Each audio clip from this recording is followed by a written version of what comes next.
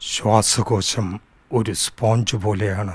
വായു വലിച്ചെടുക്കാനായി രൂപപ്പെടുത്തിയത്. പക്ഷേ ചിലർ സിഗരറ്റിന്റെ പുക വലിച്ചു കയറ്റാൻ ലങ്സ് ഉപയോഗിക്കുന്നു.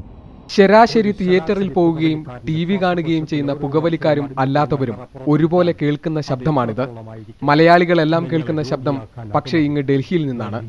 39 വർഷത്തോളം ആകാശവാണിയിൽ വാർത്താവായനക്കാരനായിരുന്ന ഗോപനാണ് ആ ശബ്ദത്തിന്റെ ഉടമ. തിരുവനന്തപുരം സ്വദേശി. വ്യത്യസ്തമായ ശബ്ദത്തിന് ഉടമയായതിനാൽ വിവിധ മന്ത്രാലയങ്ങളുടെ പരസ്യത്തിന് ശബ്ദം നൽകിയത് ഗോപനാണ്. പുകവലിക്കെതിരെ ബോധവൽക്കരണത്തിനായുള്ള പരസ്യം ശ്രദ്ധിക്കപ്പെട്ടു. ശബ്ദത്തിന്റെ ഉടമയെ എല്ലാവരും തിരഞ്ഞു. ആളുകൾക്ക് ഇഷ്ടപ്പെടില്ല. പുക വലിക്കുന്നവർക്കും പുകയില യൂസ് ചെയ്യുന്നവർക്കും ചിലപ്പോൾ അത് ഇഷ്ടപ്പെടില്ലായിരിക്കും. എന്നാലും വേണ്ടില്ല, ഒരു ഭീകര ശബ്ദത്തിൽ പറയണം എന്ന് പറയുമായിരുന്നു. വിരമിച്ച് 11 വർഷം കഴിഞ്ഞെങ്കിലും നിരവധി പരസ്യങ്ങൾക്ക് ഇപ്പോഴും ഗോപൻ ശബ്ദം നൽകുന്നു.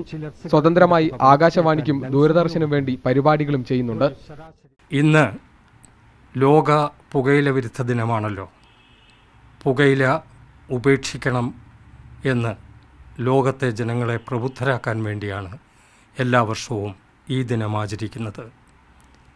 ഇന്ന് ലോക പുകയില വിരുദ്ധ ദിനത്തോടനുബന്ധിച്ച് ഡൽഹിയിൽ നിന്ന് ലിജു വർഗീസും ക്യാമറാമാൻ സനോജ് കുമാറിനുമൊപ്പം ഗോപൻ.